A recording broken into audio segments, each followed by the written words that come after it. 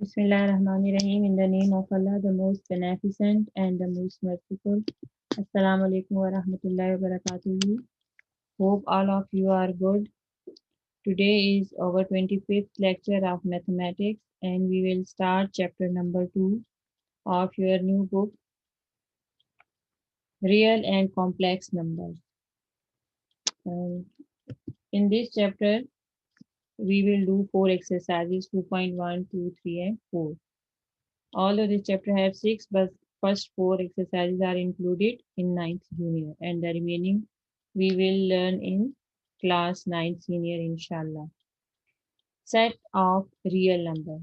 Here we have the family of real numbers, in which natural number, whole number, integers, rational, irrational numbers, they all are make the family of real numbers. Natural numbers, as you know, 1, 2, 3, 4, they are called natural numbers. And when we add 0 in this set, natural number becomes set of whole number.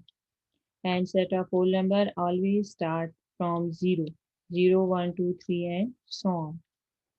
Then is a turn of integers. Integer we represent set of integers with capital Z, and the elements are positive and negative both. 0, plus minus 1, plus minus 2, plus minus 3, and so on. They are called set of integers. Rational numbers, all the numbers that we can write in the form of P over Q are called rational numbers. But it is necessary that Q, the denominator, not equal to 0.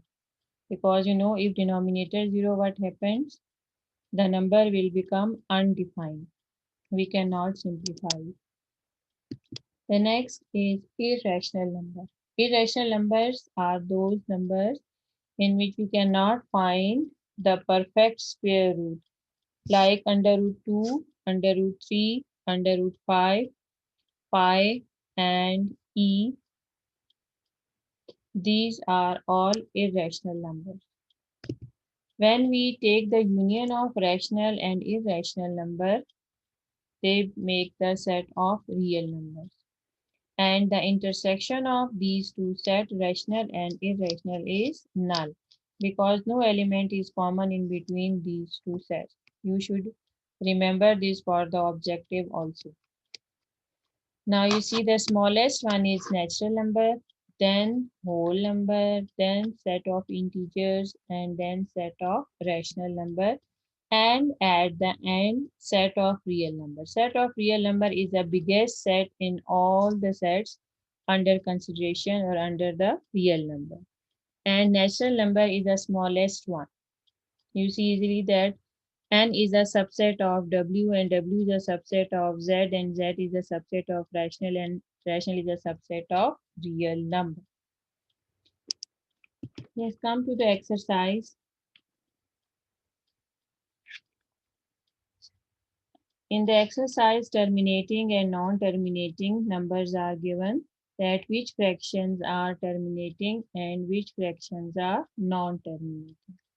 Terminating decimal fractions. Decimal fractions mean when we divide the number and after the decimal part, according to that part, we decide that the given fraction is terminating or non-terminating or non-recurring numbers. Terminating decimal fractions, which fractions are these type of?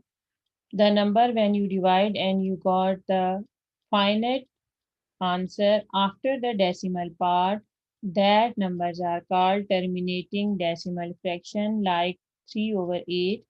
When you divide 3 with 8, your answer is 0.375. After the decimal, we have the finite number. 3 numbers are there. This is called terminating decimal fraction. The second type is recurring and non-terminating decimal fraction. Non-terminating mean after the decimal part, answer or the numbers are infinite. It means they are continuous. And recurring mean they are repeating again and again. Suppose you have 0.666 or you have 0.3737. These are called recurring. And non-terminating and recurring, they both are same because there are infinite part after the decimal, like 4 over 11, 0.363636. This is non-terminating and also recurring because 36 is repeated and after the decimal, infinite numbers are there. Come to the exercise 2.1. There are 6 questions in this exercise and definitely all the questions and all the parts are included in our scheme. Question number 1 is about objective. Identify which of the following are rational and irrational numbers. As before I told you that the numbers which we can write in the form of fractions, they are called rational number. Now you see in this question how many parts are there. Second part 1 over 6, then fourth 15 over 2, and also the fifth part 7.25 mean we can write as 7 whole number 25 over 100.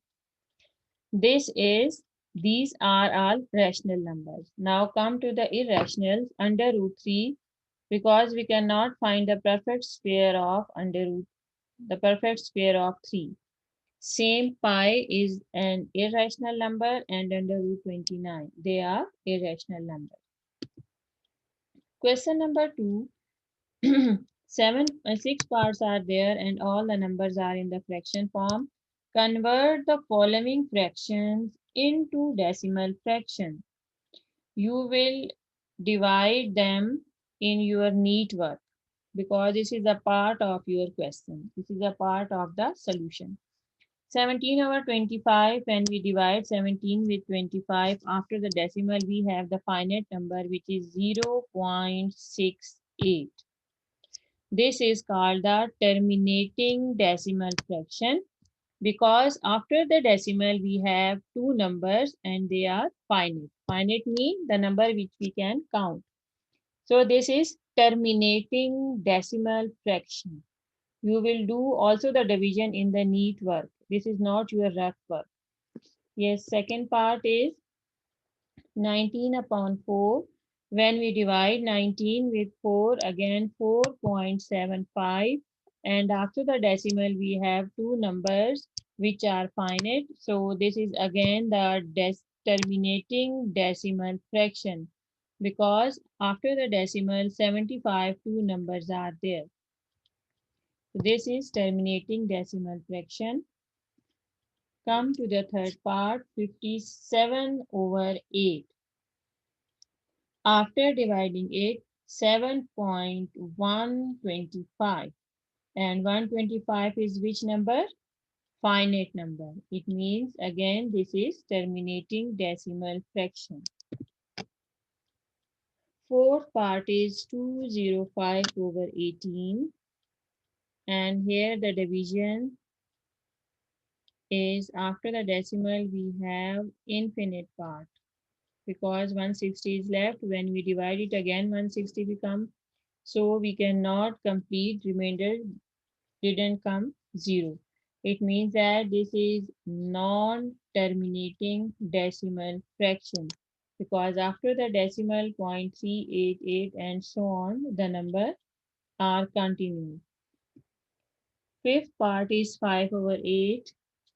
After dividing it 0.625, this is terminating decimal fraction. And the last part is 25 over 38 and 0.6578. Again, number is continuous. And there is infinite part after the decimal. So this is non-terminating decimal fraction. Question number 3. Which of the following statements are true and which are false? 2 over 3. You can do this question by yourself. Only 4 parts are there. Rational and irrational. Clearly, if the number is given in the fraction form, it means that this is rational. And if the under root, where you cannot find the perfect square root, that will be irrational number. Yes, question number 4. Represent the following numbers on the number line. All of you are familiar with number line. You did this in class 6 and also in class 7, how we represent the number, the whole number on the number line, the addition and the subtraction of the numbers on number line. Now we have the fractions and we represent that which part is our required number on the number line. It depends on the nature of the question, which type of the question is given to you. According to that, we divide the specific portion of the number line in different parts and we see which is our required fractional part. The first one is 2 upon 3. You always divide the number line according to the denominator. In the denominator, 3 is given. It means that we will divide the part into 3 equal, the number line into 3 equal parts. But 2 over 3. 2 over 3 means this number is less than 1. And this fraction will lies between 0 and 1. 2 over 3 is less than 1. It means that we will represent this number between 0 and 1 because 2 over 3 is greater than 0 and less than 1. According to the denominator, 3 is there. It means we divide 0 to 1 into 3 equal parts. You see that 1, this is 2, this one is 3. There are 3 equal parts. 1, 2, 3. 3 equal parts are there, but in the numerator there is 2. So you count the lines 1 and 2. After the 0, count the lines 1 and 2. This is our required answer. 2 over 3. This is our required fractional part. Now also you will write the steps of construction. It is necessary that you write the steps of construction with each and every part. Draw a number line or draw a line and represent number on it. Select the unit from 0 to positive 1 because in the question positive sign is there. If negative sign, then we will move to the left side. And as I told you, 2 over 3 is less than 1 and greater than 0. So that's why we divide the number line between 0 and 1. And we also mention here, select the unit from 0 to positive 1. Divide this unit into 3 parts because in the denominator 3 is there. According to the denominator, you will divide the number line. In the numerator, 2 is given. Take the end of the second part because 2 is in the numerator. So that's why take the end of the second part from 0 to its right side. M represent the rational number which is 2 over 3. Yes, student, is it clear to you? Now come to the second part, minus 4 over 5, minus. Now negative sign is given. It means that where you move 0 to the left side because the sign is negative. So we move 0 to the left side. Again, 5 is in the denominator and 4 over 5 is less than 0 and greater than 1. It means again we divide the number line between 0 and minus 1. Divide it 5 equal parts and count from the 0. The fourth line will be our answer. 1, 1, 2, 3, and 4. This is our required answer. This is our required number. You start from 0 and the fourth part will be our required number minus 4 over 5. Third part is 1 whole number 3 over 4. 1 whole number 3 over 4 mean after the 1 you will divide the number line. This number line between 1 and 2. because one whole number. If there is 2, it means that your fraction lies between 2 and 3. If there is 3 whole number, then your number lies between 3 and 4. One whole number, 3 over 4. It means you will divide the number line between 1 and 2. Sign is positive, so we will move to the right side. 1 and 2. You divide 1 and 2 into 4 equal parts.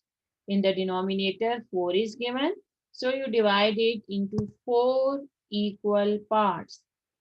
And then 3, start counting from 1, 2, and 3. Third is over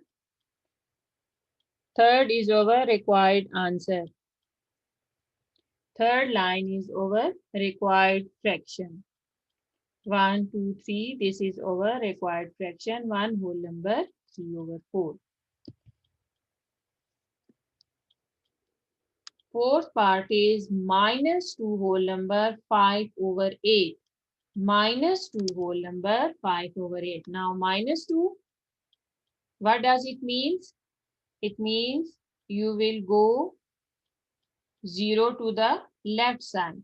You move from 0 to the left side and you divide which two numbers? Minus 2 and minus 3.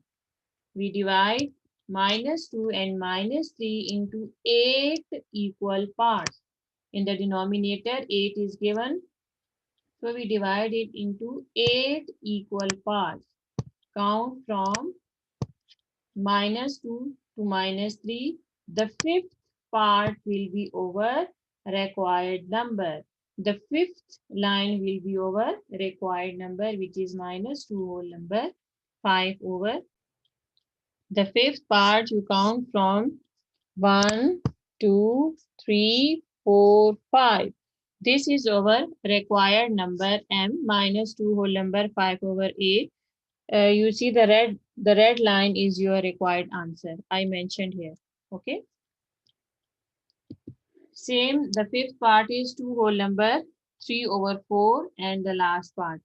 I write the steps of construction of this part and I told you that you must write the steps of construction with each part of this question. For representing rational number minus 2 whole number 5 over 8, divide the unit length between minus 2 and minus 3.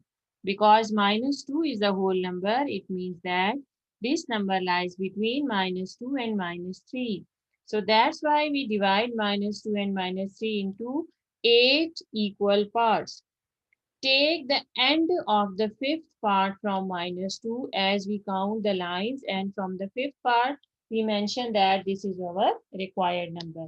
The point M represents the rational number minus 2 whole number 5 over 8. The next part is same, but there is a positive sign. It means that we will divide the number 2 and 3.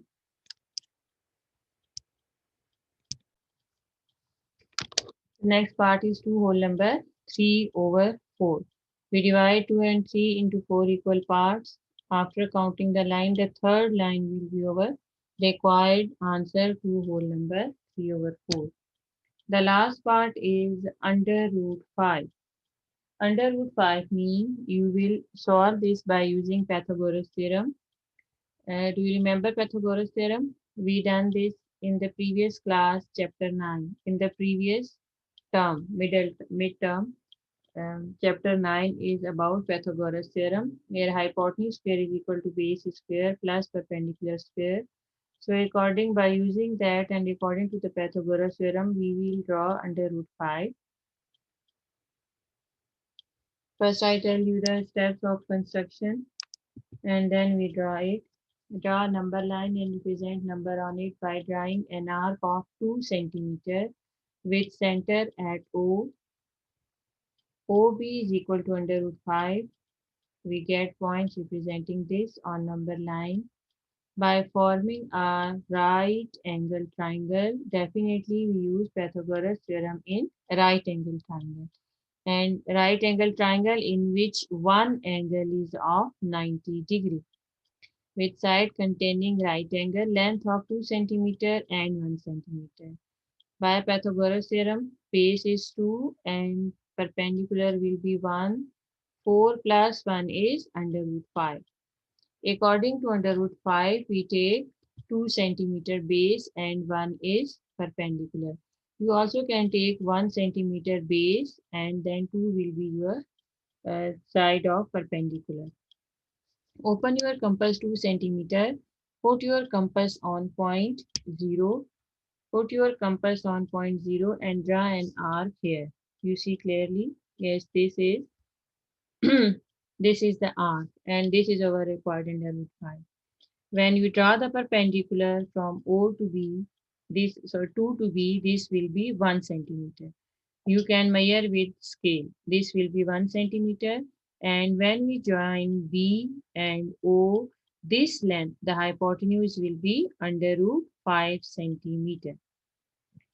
Open your compass 2 centimeter. Put your compass on point O and draw an arc. Then from point 2, draw a line till the end of the part. It will be point B. The distance of this will be 1 centimeter. When we join B with O, this is under root 5. The length of the hypotenuse will be under root 5. You have the same type of the question in example which is under root 2. So you should do these two parts by yourself and learn them. Yes, question number 5. Give the rational number between 3 over 4 and 5 over 9. When there is a word between, it means that always you divide with by 2. When we find the midpoint or the mid value or the between, it means that we divide with 2. Either it will be subtraction or addition. We always divide the answer with 2. Give a rational number between 3 over 4 and 5 over 9. It means that first we find the sum of 3 over 4 and 5 over 9. After finding the sum, we divide this fraction with 2 and get the required answer. 3 over 4 plus 5 over 9. The LCM of 4 and 9 is 36. 27 plus 20. 1 by 2 multiply 47 over 36. 1 over 2 multiply mean you are dividing the fraction with 2 or you multiply it 1 by 2. Both have same. 1 over 2 multiply 47 over 36. 47 over 72 is the in between number of 3 over 4 and 5 over 9. The last part of this exercise is question 6. Express the following recurring decimal as a rational number p by q, where p, q are integers and q is not equal to 0. This is the necessary condition of the rational numbers where the denominator should not be equal to 0. Three parts are there, 0.5, and you see that there is a line on 5 and also in the next part there is a line on 13 and there is a line of 67.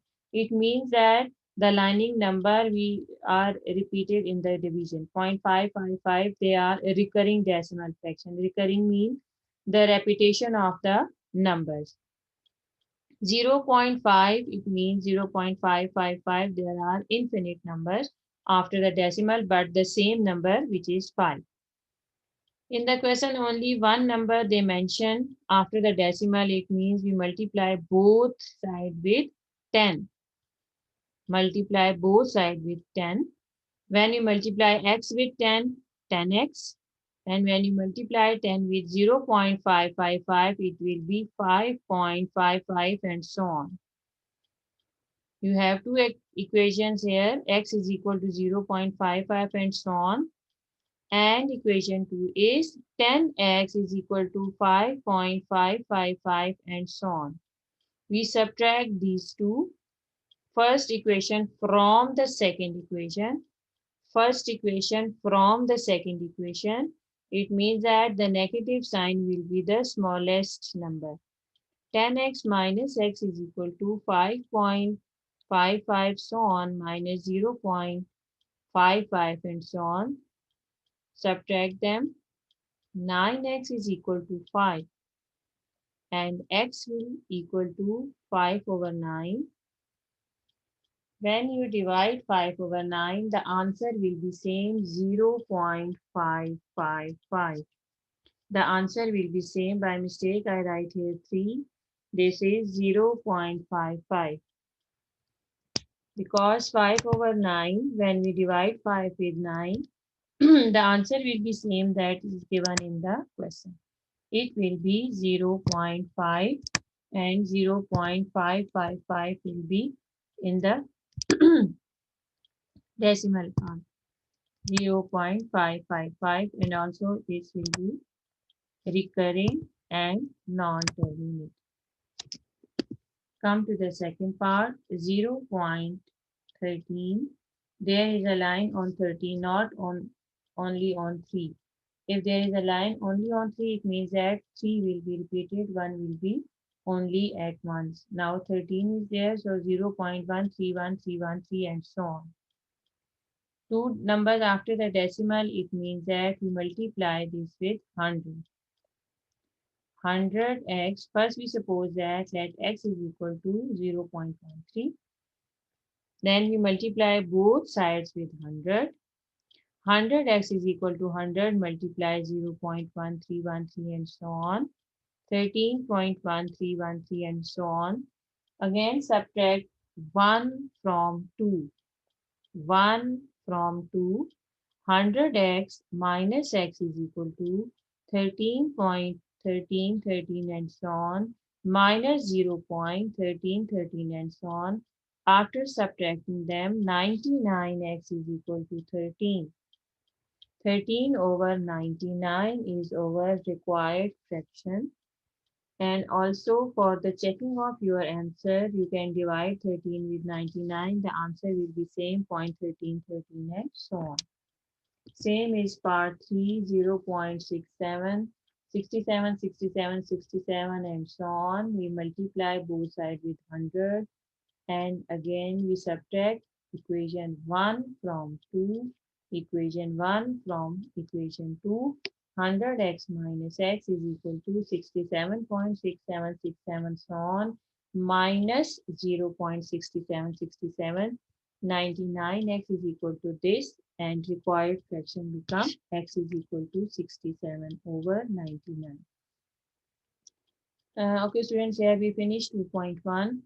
In the next lecture, inshallah, we will complete 2.2 and 2.3 because they are too much easy. Only the properties we discuss in 2.2 and we have the power which you done also in class 7 and in class 8, both the exponential form of this. Only we simplify the radical sign in 2.3. If you have any question regarding 2.1, you can discuss with me in the Zoom meeting. Okay, Allah Hafiz, inshallah, we will meet in Zoom meeting.